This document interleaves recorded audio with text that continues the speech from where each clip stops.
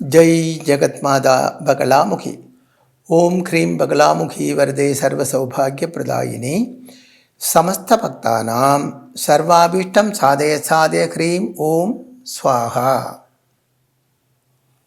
நான் இப்பொழுது ஸ்ரீ சூரியமங்கலம் அத்வைத வேத வித்யாபீடத்திலே உள்ள பகலாமுகி தேவி க்ஷேத்திரத்திலிருந்து உங்களிடம் பேசிக்கொண்டிருக்கிறேன். நமக்கு இந்த ஜாதகம் கொஞ்சம் பார்க்கலாம். இதில் உள்ள ப்ளஸ்ஸு மைனஸ்ஸு என்னன்னு பார்க்கலாம். இவருக்கு 40 வயசாச்சு. ரொம்ப பெரிய உத்தியோகத்தில் இருக்கிறார். ரொம்ப பெரிய உத்தியோகம் அப்படின்னு அவர் சொன்னார். அப்படித்தான் இருக்கும். ஏனென்றால் அந்த அளவுக்கு யோகம் ஜாதகத்தில் இருக்குது. ஜாதகத்தில் உள்ள யோகங்கள் முதல்ல பார்க்கலாம். லக்னத்திலேயே சனி உச்சமாக இருக்கிறது. ஏற்கனவே சில வீடியோஸில் எல்லாம் சொல்லியிருக்கேன்.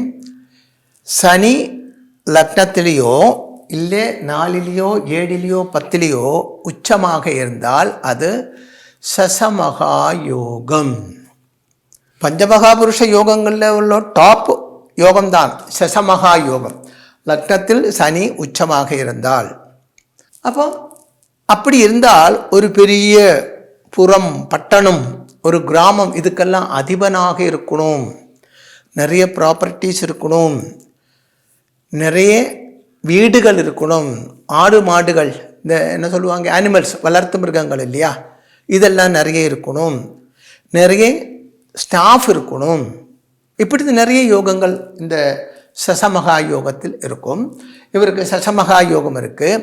ப்ளஸ்ஸு சந்திரனும் ஜூபிட்டரும் ஒன்று சேர்ந்து இருக்கிறது. அதுவும் குரு சொந்த வீட்டிலே இருக்கிறது. அது சுக்லபட்சமாக இருக்கிறது இந்த சந்திரன். அப்போ அது பவர்ஃபுல்லாக இருக்கப்பட்ட கஜகேசரி யோகம். அதாவது குருவிலிருந்து 4, 7, 10லேயோ இல்லை குருவோடு சேர்ந்தோ சந்திரன் இருந்தால் அது கஜகேசரி யோகம். ரொம்ப பவர்ஃபுல்லான ராஜயோகம் தான் அது. அடுத்ததாக புதனும் வீனஸும் ஒன்று சேர்ந்து இருக்கிறது. அது இது வளர்ப்பறையாக இருக்கிறதுனால, இல்லை என்றால் சாதாரணமாக சொல்லுவாங்க அது பாபக்ஷேத்திரத்தில் இருக்கிறதுனால 100% ஒர்க் அவுட் ஆகாது அப்படின்னு. இப்போ புதனும் வீனஸும் ஒன்று சேர்ந்திருந்தால் அது லக்ஷ்மி நாராயண யோகம். இதில் ஒரு ப்ளஸ் பாயிண்ட், அது 11ஆம் இடம் லாபஸ்தானத்திலேயே இருக்கிறது. இப்போ எல்லா ரீதியிலையும் நல்லது தான். ரொம்ப ரொம்ப நல்ல யோகங்கள் ஜாதகத்தில் இருக்குது. அப்படி இருந்தும் இந்த 40 வயசு அவர் எல்லா பாக்கியங்களும் இருக்குது. நல்ல வீடு, நல்ல வாகனம், நல்ல உத்தியோகம், நிறைய ப்ராப்பர்ட்டி எல்லாம் இருக்குது. சின்னதாக ஒரு ஷாப்பிங் மால் வச்சுருக்கிறது அப்படின்னு அவர் சொன்னார். ஒரு ஷாப்பிங் மாலெல்லாம் எங்களுக்கு இருக்குது அப்படி சொன்னார். சுருக்கமாக ஃபினான்ஷியலி வெல் செட்டில்டு அப்படி சொல்லலாம். இதெல்லாம் ப்ளஸ்ஸு. ஆனால் ஜாதகத்தில் பாருங்கோ, இந்த லக்னத்திலே இருந்து உச்சமாக இருக்கப்பட்ட சனி 7ஆம் இடத்தில் பார்வை இருக்கிறது. சனிக்கு உச்சத்தம் வரும்போது, அதாவது டாப்பில் வரும்பொழுது, உச்சமாக இருக்கும்போது சுபபலம்தான் செய்ய வேண்டும். அது எப்போ? சனி தசா காலத்தில். இல்லாமல் சனியோடு அந்த மூர்க்கத்துவம், அந்த நீச்சத்துவம் மாறி போகிறதில்லை. சனி தசா காலம் ராஜயோகம் தரும், அவ்வளவுதான். ஆனால் இந்த சனி 7ஆம் இடத்தில் பார்வை இருக்கிறது. 7ஆம் பாபாதிபனாக இருக்கப்பட்ட செவ்வாய் 2ல் சொந்த வீட்டில் இருந்தால் கூட அது ராகு தரிசனத்திலே இருக்கிறது. 8ஆம் இடம் தாம்பத்திய உறவு ஸ்தானம், அங்கே ராகு இருக்கிறது. ப்ளஸ் அந்த ராகு இருக்கப்பட்ட, அதாவது ரிஷபராசி, ரிஷபத்துக்கு அதிபனாக இருக்கப்பட்ட வீனஸு சூரியனோட வீட்டிலே இருக்கிறது. ஒன்றும் புரியல இல்லையா? அதாவது ஜாதகத்தில் சம்பூர்ண மாங்கல்ய தோஷம் இருக்குது அப்படின்னு அர்த்தம். இவர் 2 கல்யாணம் பண்ணி, இந்த 40 வயசுக்குள்ளே 2 கல்யாணம் பண்ணி டிவோர்ஸ் ஆகிடுச்சு. 3ஆவது கல்யாணம் டிவோர்ஸ் நடந்துட்டு இருக்கு கேஸ். அப்போ அவர் என்ன சொன்னாருன்னா, அப்போ நான் கேட்டேன், இந்த ஜாதகம் பார்த்ததும் கேட்டேன், 40 வயசு ஆயிடுச்சு இல்லையா? ஆமாம். கல்யாணம் எத்தனை பண்ணுனீங்க அப்படின்னு கேட்டேன். அப்போ அவர் சொன்னார், ஏன் அப்படி கேட்குறீங்க? இல்லை, ஜாதகத்தில் இது புனர்விவாக யோகம் அப்படின்னு கிடையாது, பகு விவாக யோகம் அப்படின்னு தான். பகு விவாக யோகம் வேற, புனர்விவாக யோகம் வேற. புனர்விவாக யோகம்னு சொன்னால் ஒரு கல்யாணம் ஆகணும், ப்ராப்ளம் ஆகணும், பிரிஞ்சு போயிட்டு இன்னொன்று பண்ணணும், அது புனர்விவாக யோகம். இது பகு விவாக யோகம் அப்படின்னா பல கல்யாணங்கள் பண்ண வேண்டியதாக இருக்கும். இந்த பிளானட்டரி பொசிஷன் இப்படி இருக்கிறதுனால தான் அப்படி இருக்கிறது. அப்போ தான் அவர் சொன்னார். ஆனால் சுவாமி, நான் இந்த ஜோதிஷத்தில் ரொம்ப நம்பிக்கை உள்ள ஆள், இந்த பிளானட்டரி பொசிஷன் பூரா நான் சொல்கிறதுக்கு முன்னாடி அவரே சொல்கிறாரு, அதோட பலங்களும் அவரே சொல்கிறாரு, எல்லாம் தெரிஞ்சிருக்கிறார். ஆனால் என்னுடைய ஜாதகம் காட்டும் பொழுது யாருமே இதில் மாங்கல்ய தோஷம் சொல்லவே இல்லையே. அப்புறம் ஏன் நீங்கள் அப்படி சொன்னீங்க? 8லே இருக்கப்பட்ட ராகு 9ஆம் பாவாதிபன் என்று சொன்னார். 9ஆம் பாவாதிபன் எங்கே இருந்தாலும் நல்லது செய்யணும், அப்படித்தானே? அப்படி கேட்டார். கரெக்டு தான். அது 9ஆம் பாவாதிபனோட தசா காலத்தில், 9ஆம் பாவாதிபனோட தசாகாலம் நல்லதாக இருக்கும். அப்போ இந்த ஜாதகத்தை பொறுத்த வரைக்கும் இவருக்கு ராகு தசாகாலம் நல்லதாக இருக்கும். இங்கே அப்புறம் அவர் சொன்னார், 7ஆம் இடத்தில் குரு பார்வை இருக்கிறது இல்லையா, அந்த குரு கஜகேசரி யோகம் செய்து இருக்கிறது இல்லையா. ஆமாம், கரெக்டு தான். 1 2 3 4 5ஆம் இடத்தில் குரு பார்வை இருக்குது. அப்போது லக்னத்தோட 7ஆம் இடம் ஆகிறது.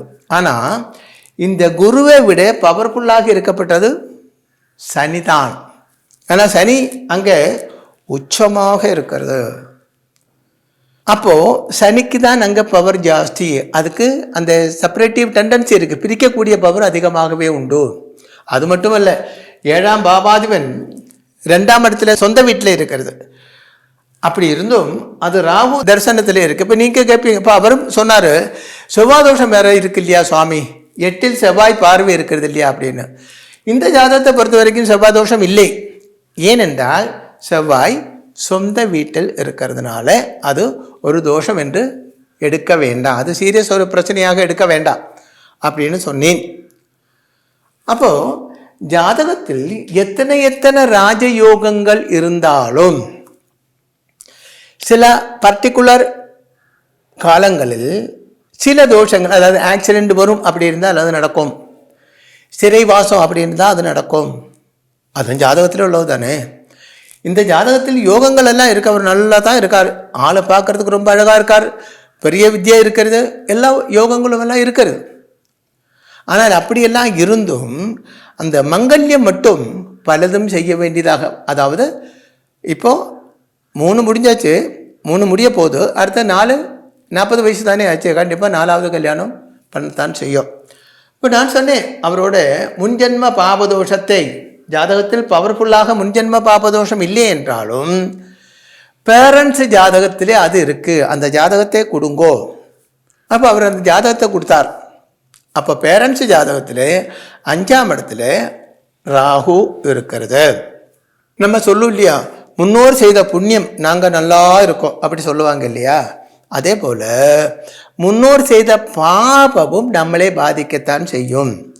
இப்போ இந்த ஜாதகத்தில் இவ்வளவு யோகங்கள் இருந்தும் 5ஆம் இடம் என்று சொல்லப்பட்டது 1 2 3 4 5ஆம் இடம் லட்சுமி நாராயண யோகம் தான் தரிசனமாக இருக்கிறது. அப்படியெல்லாம் இருந்தும், அதாவது இந்த ஜாதகத்தை பொறுத்த வரைக்கும் முன்ஜென்ம பாபதோஷம் இருக்குன்னு சொல்கிறதுக்கு இல்லை, முன்ஜென்ம பாபதோஷம் இல்லை. ஆனால் அப்படி இருந்தும் இந்த தோஷம் எல்லாம் 100% ஒர்க் அவுட் ஆகாமல், யோகங்கள் 100% ஒர்க் அவுட் ஆகாமல் மாங்கல்ய வழியில் அந்த தோஷங்கள் எல்லாம் வந்து சேர்றதுக்கு காரணம் முன்னோர் செய்த பாபம் இவரே பாதிக்கிறது. அது கன்ஃபார்ம் பண்ணுறதுக்காகத்தான் பேரண்ட்ஸ் ஜாதகம் பார்க்கும்போது 100% அந்த 5ஆம் இடத்தில் ராகு இருக்கிறது. இப்போ எப்பவும் ஜாதகம் பார்க்கும் பொழுது பேரண்ட்ஸ் ஜாதகத்தையும் சேர்த்து பார்க்க வேண்டும். ஹஸ்பண்ட் ஒய்ஃப் 2 பேர் ஜாதகத்தை சேர்த்து பார்க்க வேண்டும். அப்படி இருக்கும் பொழுது தான் 100% நமக்கு அந்த கிளாரிட்டி உள்ள ஒரு ப்ரெடிக்ஷன் கிடைக்கும். இப்போ முன்னாடி இவங்க நல்ல ஒரு ஆச்சாரியன்கிட்ட, சாஸ்திரியமாக ஜோதிஷம் படித்த ஒரு ஆச்சாரியன்கிட்ட இந்த ஜாதகம் காட்டியிருந்தால் அவர் சொல்லியிருப்பாங்க, ஜாதகத்தில் இவ்வளவு ப்ளஸ் பாயிண்ட் இருக்குது, ப்ளஸ் இவ்வளவு மைனஸும் இருக்குது, இதுக்கு என்ன பண்ண வேண்டுமானால் கடுமையான மாங்கல்ய தோஷமும் பகு விவாக யோகம், விவாகம்னா கல்யாணம், பகு கல்யாண யோகம் அப்படி சொல்லலாம், அப்படியெல்லாம் இருக்கிறதுனால என்ன பண்ணியிருக்கணும்னா இவர் மாங்கல்ய தோஷ பரிகாரம் செய்திருக்க வேண்டும். ப்ளஸ்ஸு இந்த 7ஆம் இடத்துல சனி தரிசனம் இருக்குது. 7ஆம் சுக்கிரனோட வீட்டில் ராகு இருக்கிறதுனால சுக்கிரன் இங்கே டப்பி தான். ஏற்கனவே சொல்லியிருக்கிற ராகு எந்த ஆர்வத்தில் இருக்கிறதோ, அதாவது எந்த ராசியில் இருக்கோ அந்த ராசிக்கு அதிபன் ராகுவோட பலன் தான் செய்யும். அப்படி ஏற்கனவே சொல்லியிருக்கோம் இல்லையா? அப்போது இந்த ஜாதகத்தை பொறுத்த வரைக்கும் இவருக்கு சந்தோஷகரமான ஒரு செக்ஸுவல் லைஃப் கிடைக்காது இந்த லைஃப்பில், இந்த ஜென்மத்தில். அப்படி தான் இந்த ஜாதகம். அப்படி இருக்கும் பொழுது என்ன ஆகும்னா இவர் வைஃபை வசியம் பண்ண வேண்டும் கல்யாணத்துக்கு அப்புறம். அதே போல் காம உணர்ச்சி கம்மியாக இருக்கப்பட்ட ஸ்திரீ ஜாதகம் எடுக்க வேண்டும். இந்த ஜாதகம் பல வீடியோவில் சொல்லியிருக்கேன். 8ஆம் இடத்துல சூரியன் சனி ராகு இருந்தால் நல்லதல்லை. அப்போது ஏற்கனவே இருக்கப்பட்ட அந்த 2 பேரும் பிரிஞ்சு போச்சு, 3வது கேஸு நடக்கிறது. அதுக்கெல்லாம் காரணம் 90% இவருக்கு அந்த காமசாந்தி உண்டாக்கக்கூடிய அந்த பவர், அதாவது ஒரு ஸ்திரீயை சாட்டிஸ்ஃபை பண்ணக்கூடிய பவர் இல்லாமல் இருக்கலாம் அல்ல இல்லை. அதனால்தான் டிவோர்ஸ் நடக்கிறது. ஏன்னா இவருக்கு நிறைய சொத்து இருக்குது, பெரிய உத்தியோகம் இருக்குது, பார்க்கறதுக்கு அப்பியரன்ஸு சூப்பராக இருக்குது, நல்ல ஆரோக்கியம் இருக்குது. அப்படி இருந்தும் பெண்களையே இவரை விட்டு போகிறாரு. இவர் எனக்கு வேண்டாம்னு சொல்லலை, இவரை விட்டுட்டு தான் போகிற, குட் பை சொல்லிட்டு அவங்க தான் போகிறாங்க. அப்போ அதுக்கு காரணம் இவரோட 8ஆம் இடத்துல இருக்கப்பட்ட அந்த ராகு தான் முக்கிய காரணம். அப்போ ஜாதகப்படி உங்களுக்கு சந்தோஷகரமான தாம்பத்திய வாழ்க்கை இல்லையா? சந்தேகம் வேண்டாம், ஜாதகம் எடுத்து பாருங்கோ. 8ஆம் இடத்துல இந்த சூரியன் சனி ராகு அந்த கிரகத்தோட பார்வை இருக்கும் இல்லையா? அந்த கிரகம் அங்கே இருக்கும். அதுக்கு பரிகாரங்கள் நிறைய இருக்கிறது. மெடிசின் சம்பந்தமாகவும் இருக்குது, மந்திரம் வழியிலையும் அதுக்குள்ள பரிகாரங்கள் எல்லாம் இருக்குது. ஜெகத் மாதா மகாதேவியின் கிரகத்தால் உங்களுக்கு நான் சொன்னது புரியட்டும் என்று நான் ப்ரே பண்ணுறேன். அதே மாதிரி சர்வகாரிய சித்தி உண்டாகட்டும் என்று பராசக்தியாக இருக்கப்பட்ட பகலாமுகி அம்மையிடம் ப்ரே பண்ணுறேன். ஸ்ரீ சூரியமங்கலம் அத்வைத வேத வித்யா பீடத்தில் தாந்திரீக பூஜைகளில் சிறந்து விளங்கும் பல ஆச்சாரியர்களால் அமாவாசை மற்றும் பௌர்ணமி நாளன்று சிறப்பு யாகங்கள் நடைபெறுகின்றன. இந்த யாகங்களில் கலந்து கொள்வதன் மூலம் அன்னை ஸ்ரீ பகலாமுகி தேவியின் அருளால் நம் சர்வதோஷங்களும் நீங்கி சகல சௌபாகியங்களும் நம்மை பரிபூரணமாக வந்தடையும்.